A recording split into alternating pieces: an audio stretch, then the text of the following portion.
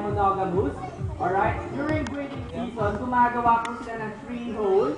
Okay, para doon po mag-lay ng eggs. They can lay eggs 2 to 4 eggs during every breeding season. Okay? Ayan mga kaibigan, eto na.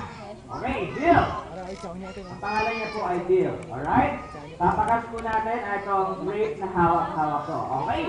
Eto, Bill. 1, 2. Palakparin po siya pag nakas niya. 1, 2, and catch! Alright. Ayan mga super friends po natin.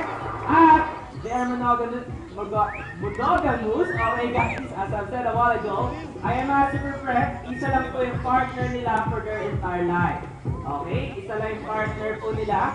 At nag-lay siya ng egg. At after niya po mag-lay ng egg, tinatabunan niya ito ng mud or tubig. Okay? At nasa loob pa rin po yung female hornbill. Paano po siya kakain sa loob?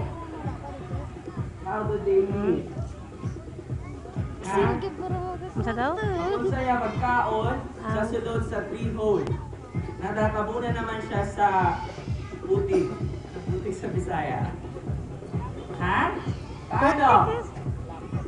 Puting Paano? Walang idea? Hahapitan po siya ng kanyang asawa na kagaya ng ganito.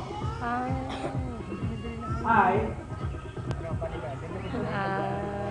Hi. Alright. Ayan mga super friends po natin. Yan po, hindi niya po ako asawa. Yan po ang ating Philippine Great Hornbill with its scientific name, Buceros hydrothorax. Palakpakan niyo naman po siya. Ayan mga kaibigan, last break para sa handler. Alright? Ayan, para sa akin. What is our next animal on Buffalo, please? Ay. Ay. Ay, ano?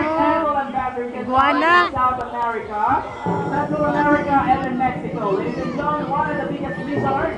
Alright, the green iguana. You can catch that iguana. Alright, guys, the green iguana, they have a round pointed scales along their back. Meron po silang patusok na sinay. Design ng patusok.